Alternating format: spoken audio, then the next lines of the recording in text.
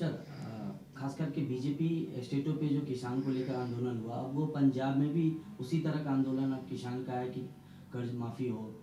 कुछ किसान इस पे सुसाइड भी कर चुके हैं, किन्हीं के पास 50,000 था उन्होंने सुसाइड कर लिया, किन्हीं के पास 6,000 था सुसाइड कर लिया। वहीं यूपी में जब से किसान को लेकर कर्ज माफ़ी को लेकर के जो घोषणाएं हुई चुनाव पे, उसके बाद एक तरह से किसान कर्ज माफ़ी को लेकर के एक माहौल बन गया है। ये कहाँ तक सही है और बीजेपी इसको किस तरह देख रही है? सबसे पहले तो जो किसानों ने आत्महत्या की है उनके लिए बहुत खेद है हमें, और उनके परिवारों को हमारी संवेदना देना चाहेंगे। लेकिन इतना डेस्परेट सिचुएशन नहीं है, और सरकार जो भी प्रयास हो सकता है उसको करेगी कि किसानों को उनका उचित मूल्य मिले और इंफ्रास्ट्रक्चर फैसिलिटीज़ मिले, और अगर ज़रूरत पड़ेगी तो कर्ज माफ़ी भी होगी।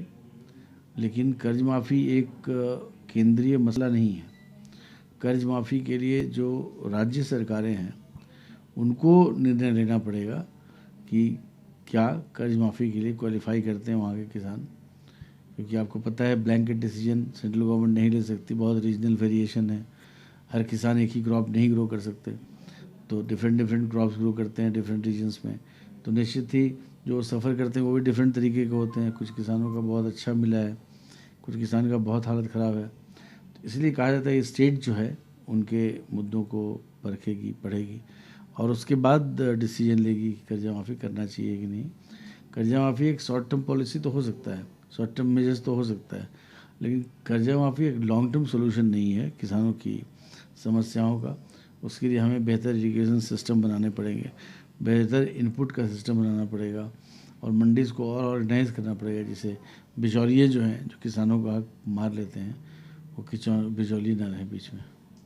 वहीं एमपी में जब प्रोटेस्ट चल रहा था किसान आंदोलन का, वहीं कांग्रेस के विधायक उसमें साफ साफ कहते हुए नजर आ रहे हैं कि थाने में आग लगा दो। अब उन पे केस दर्ज हुआ है, तो इस घटनाक्रम को आप किस तरह देखें? देखिए, हमारा तो मानना है कि कांग्रेस ने साजिश की थी मध्य प्रदेश में किसानों को भड़का कर हिंसा फैलाने की, और वो साजिश में सक्सेसफुल भी हुए। आपने दिखाया खुद अपने टेलीविज़न चैनल पर, हर चैनल ने, किस तरह से कांग्रेस के गुंडे जो हैं जीन्स पहनकर और टी शर्ट पहनकर बदमाशी कर रहे थे सड़कों पर, किस तरह से गाड़ियों को जलाया जा रहा था। आपने देखा सारा, और सब कुछ कैमरे में है। उसके बाद तो कुछ बोलने के लिए रह ही नहीं जाता।